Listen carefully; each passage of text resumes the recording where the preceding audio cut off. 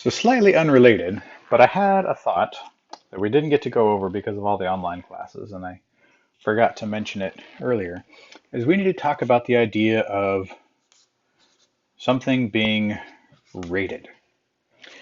So something being rated means that it has been tested and proven to take on a certain amount of weight. Right? Now, typically, something that is rated in rigging, we see it as a safe working load or a working load limit, right? So we kind of talked about these in terms of hardware, and it'll say that it's rated for quarter ton, safe working load, quarter ton, working load limit, half ton, right? Both of these more or less mean the same thing. Um, they're just different terms. Now, in other hardware, and bolts particularly, um, all of our bolts are hexagons. That's a terrible hexagon, but whatever. It'll work for right now. And the way that we notate that they are rated is these little dashes on top of the head of the bolt. All right, so this would be a grade 3 bolt. Now, you can't read that rating at all. Let's write it below it. Not a guard, a grade 3 bolt. Right? Now, not every bolt is rated. Some bolts are, some bolts aren't.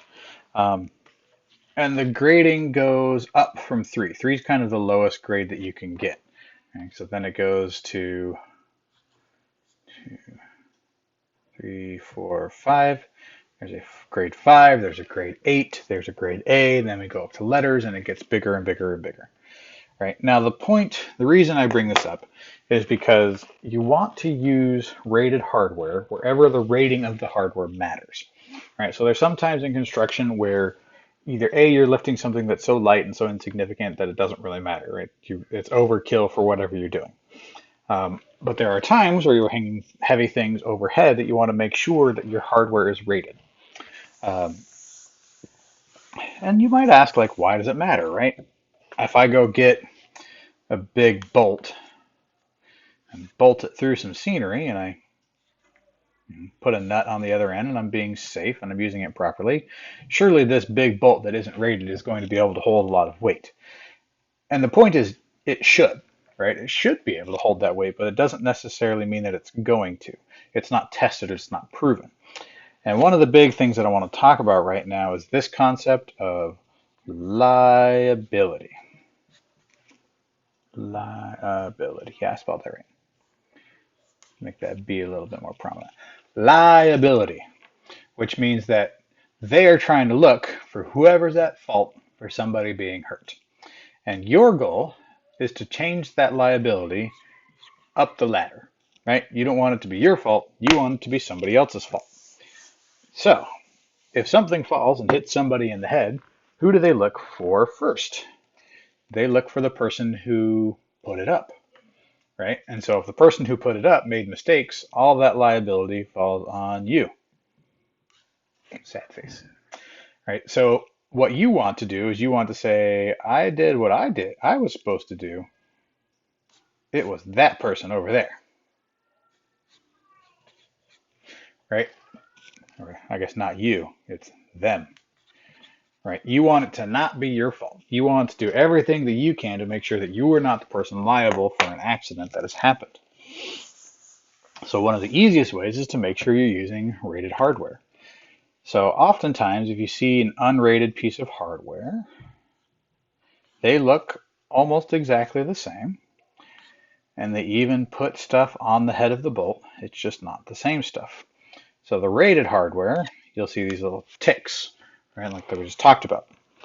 And the unrated hardware, sometimes there'll be a little triangle, and it'll have jibber jabber on the top, right? So it'll say the manufacturer stamp, where they made it, who made it, that kind of thing. But this information doesn't tell you that it's rated. This information just tells you who made it. And so this bolt right here says, I will hold 2,500 pounds in a shear formation, which is a bolt. You can still see that in this direction, right? So if I hang something here up and I hang something here going down, This is referred to as shear in shear, and it'll hold 2,500 pounds. This bolt over here says, I'm a bolt. I might be able to hold that much weight, but you know what? I might not be able to. And you just don't want to put that risk. The other thing is that this bolt is pretty much the exact same price as this bolt. Like a grade 3 bolt is not any more expensive than a non-graded bolt. The difference is the availability, right? These are everywhere. You go to any hardware store, Lowe's, Home Depot, everybody sells these. These ones you have to specially purchase. I highly recommend you get these at Tractor Supply. I don't know why, but they sell them by the pound and they're extremely cheap. Versus going to Lowe's, you have to buy them in individual package and they're all individually labeled and bagged and they're considerably more expensive at Lowe's. Now let's talk about a case study and why this really matters. I'm not going to link to the video, but you guys can go find it if you want to. Back in 2014, there was an incident at the Barnum and Bailey Circus. So, make sure my pen is visible. There was an act, I don't know what else to call it besides an act, where there was a single cable and a single carabiner. And the carabiner held up a big circle. And off of that circle, a bunch of hair artists tied themselves to a human chandelier. All right, so they would tie themselves by their hair to this big circle and then spin around in unison. Why they chose to do this, I don't know. I think it was 9 people, if I'm not mistaken.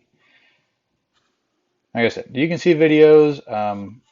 It's not for the faint of heart, so be careful. Those are their arms, if anybody was curious. It's not for the faint of heart. It's pretty scary, but it's a pretty good representation of what we're talking about. So they were, I want to say, like 50, 60 feet up in the air doing this twirling trapeze hair dance thing. And the carabiner broke. And so all of these trapeze artists fell 60 feet with the chandelier on top of them. None of them died, thankfully, but there was some very serious injuries, lots of broken necks, backs, legs, lots of people who aren't going to be able to perform ever again and are handicapped for the rest of their life. So the reason I bring this up is to talk about this piece of hardware right here. Now, when anything like this happens, they do an investigation. All right, so somebody comes out and tries to figure out whose fault it was and why the mistake happened. Now, what they found out, so the whole system was built by this lady and her husband. All right, so it was actually built by people who were using the trapeze system. And that's pretty common for aerialists. Aerialists don't like to let their life be in other people's hands. They typically build their own systems, tie their own knots, because if somebody gets hurt, they want it to be their own fault, not somebody else's fault. It's hard to rely on somebody else. Right? So, in the way Barnum and Bailey's worked is that they didn't really create acts. This act already existed, and they hired them to perform their act for 30 minutes, 5 times a week, kind of thing, right? So they didn't really own the act. It was all these people's intellectual property. So all of these people had to try to sue that person, right? And they had to sue somebody because they were just, they were damaged for the rest of their lives. They can't perform, they can't work. They've trained all of their life to do what they were doing. And somebody has to pay them. They can't make money the same way. So they sue this person. Right now, what they find is that during the investigation that the carabiner was actually rated appropriately. Right? So they didn't use the wrong hardware. It just broke. Now here's a weird thing to know. Most manufacturers are allowed to have 1 in 1,000 pieces of hardware fail. And that's perfectly acceptable. So if one out of every 1,000 pieces of hardware fail, they still maintain that they are 100% reliable, right? Because if it was 1 out of every 100, they would be 99% reliable. But 1 out of every 1,000, they're still 100% reliable. And that's acceptable according to our laws. Because you can't make everything perfect all of the time. You can test it, you can try it, and still one will slip through the cracks, and the company's still doing a good job. But this one carabiner failed and hurt all of these people. Um, so, and it's tough to know exactly how you could have done this better, right? Theoretically, you could have come up with a redundancy. It could have been held up by 2 carabiners and 2 cables. They wouldn't have spun as well, but you could have worked something into the mix, right? It's always a good idea to have a backup, to have a way that if this one fails, everybody doesn't die, right? Even if it's just temporary and it's not designed to hold as much weight, just something extra on top of it to make sure that if something goes terribly wrong, people don't get hurt. That's why we safety off lights, right? The safety cable is not rated for as much as the clamp is, but it'll stop the light from falling all of the way to the ground, at least give you a couple of seconds to get out of the way. So this is why liability really matters.